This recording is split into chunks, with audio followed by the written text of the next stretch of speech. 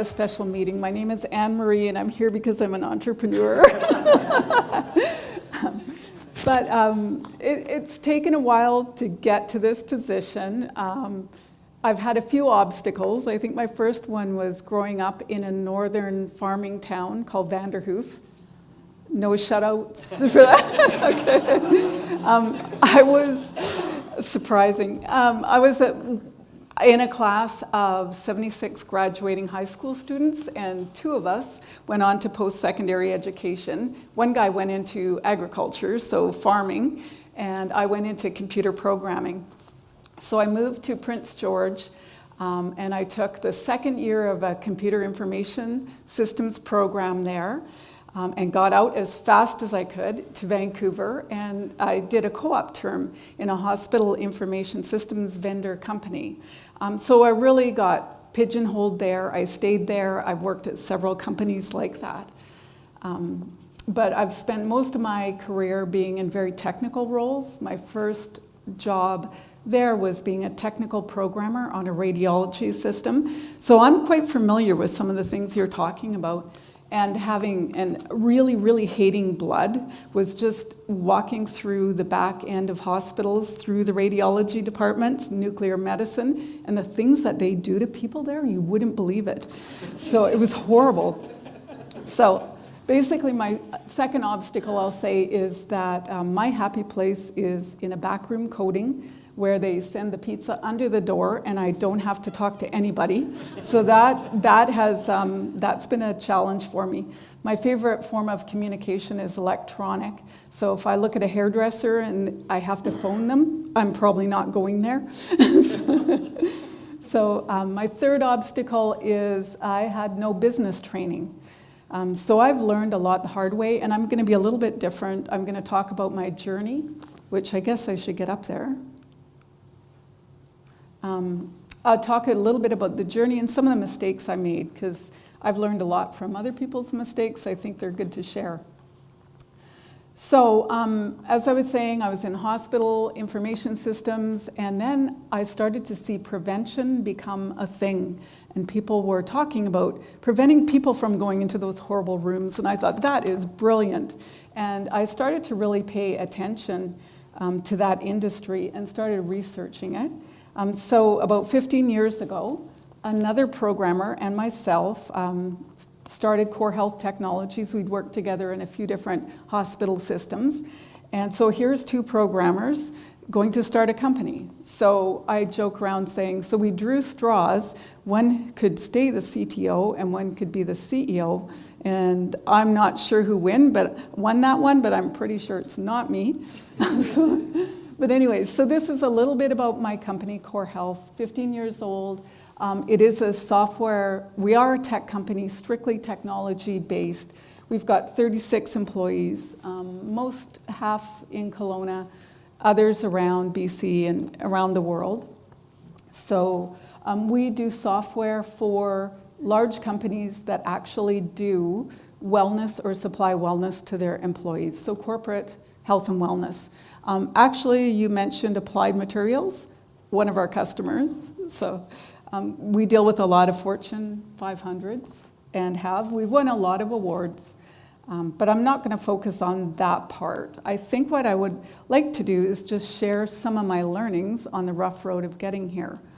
My first learning was to figure out who the thought leaders were in the industry. So back then you couldn't track them on LinkedIn, so it was a lot more work.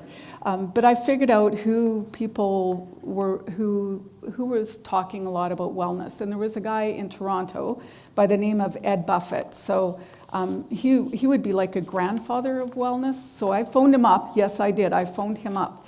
So I phoned him up and I had a conversation, just like, what are you doing? Where do you think the industry is going to go? And I got to be friends with him. And then we started talking about building software for the industry. And we thought it'd be really good to do a joint venture together.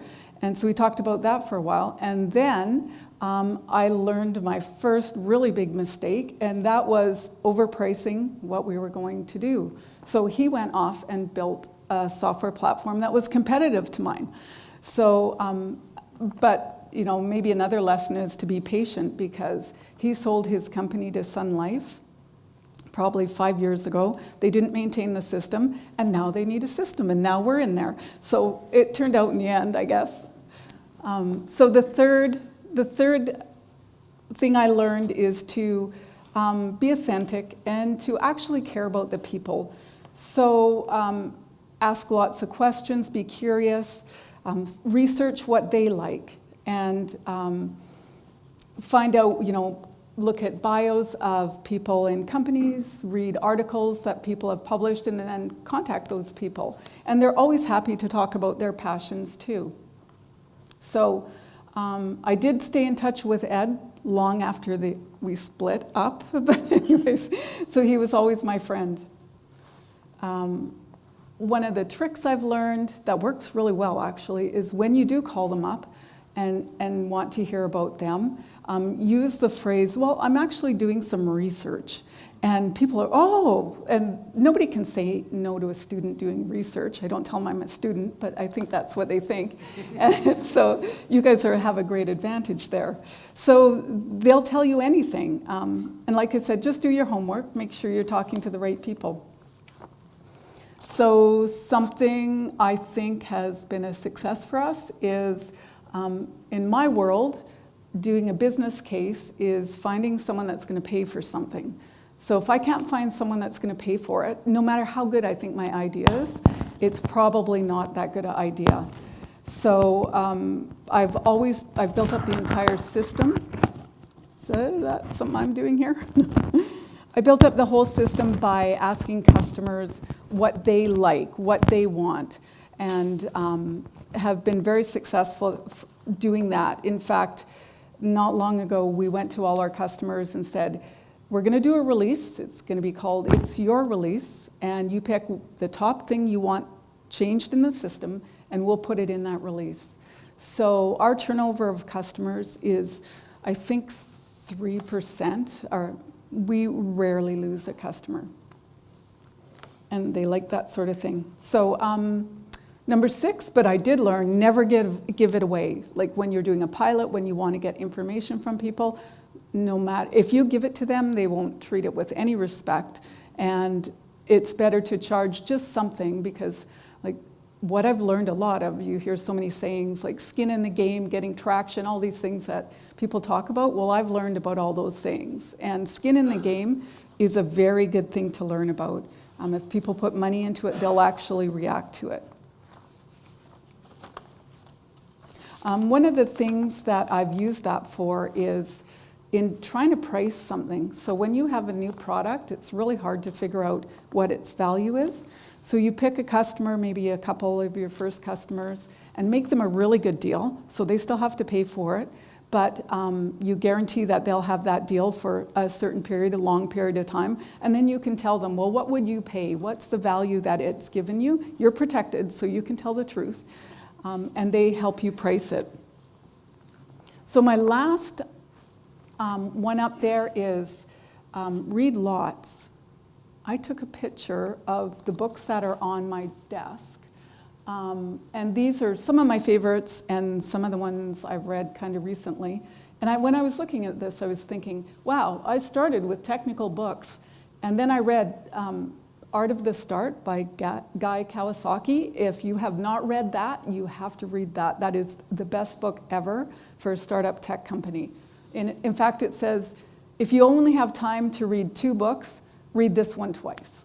So I highly recommend that. And I'm happy to share this slide for anyone that wants it. So anyways, I went from that, I went into sales, lots of sales book, marketing books, accounting books, everything that I had to learn. But I think the most interesting thing is now the books I have to read, remembering I am a technical programmer, reading about how to build a culture in a growing company, because that's really the most important thing I can do right now, is keep everyone happy and wanting to work with us. And I tell you, that is not my favorite book, but it is what I have to do, so we have to do that a lot. And the last slide I've got up here this is about my new company. This is for you technical people. It is a device that can read proteins in any liquid. And we're using it first because my first company is in the corporate wellness space. I was looking for something that could tell people what their food is doing inside of them. I wanted a device like a watch that I would look at and it would be red. That means don't eat, you're storing fat. When it turns green, okay, you can eat something. And I wanted it that simple. And it took me a long time to find the right researcher, found Jonathan Little at UBCO. And he goes, oh, that's easy, you want to read insulin. Oh, okay, great. How do we do that? Well, we pull out our needles, we draw blood, we send it to the lab, we wait 2 days. And I'm like, no, that's not going to work for employees. We're not allowed to do that. So we now have a device that can read proteins using antibodies from saliva. So it's quite a breakthrough. We've got a lot of attention for this one. We expect to be shipping devices in April. Don't write that down because you know how research goes. But anyways, I think this has a good example of having to reach outside of your comfort zone. When I was building this, I was thinking this will be perfect for Weight Watchers because insulin is the hormone that drives your body to store your fat. The more insulin you have, the more fat you store, and you have to bring it down in order to lose weight. So something like a Weight Watchers, this is perfect because people can find out where their insulin is, eat pasta, see what happens, eat a muffin, see what happens, exercise, see what happens. So it's perfect for them. So just a couple weeks ago, well, 3 weeks ago, I thought, okay, I'm going to give you my best secret of all. If you want to make a connection with someone, you go to the top, you go to the CEO, you email them on a Saturday morning, because all CEOs read their email on Saturday morning, and there isn't a lot coming in. So you email, I told her the story of what we're doing, and she ignored it, which you would expect. And so a week later, I emailed one line to her. I actually wrote it down, because I was pretty impressed with this one.